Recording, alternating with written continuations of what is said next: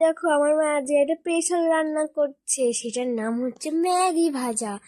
মা ম্যাগিটাকে দেখো সেদ্ধ করে ঝোঝো করে তুলে নিয়েছে, এবারে করবে।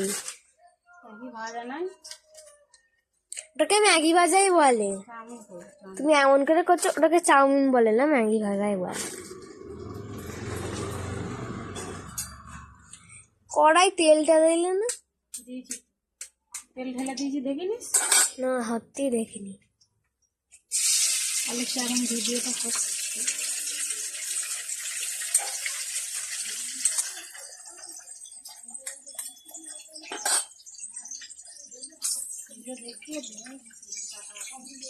দেখো এখানে কাটা আছে আলু আর গাজর, এখানে সেদ্ধ ম্যাগি, আর এখানে হচ্ছে ডিম ভাজা, আর এখানে পেঁয়াজ কুচি আর কাঁচা লঙ্কা।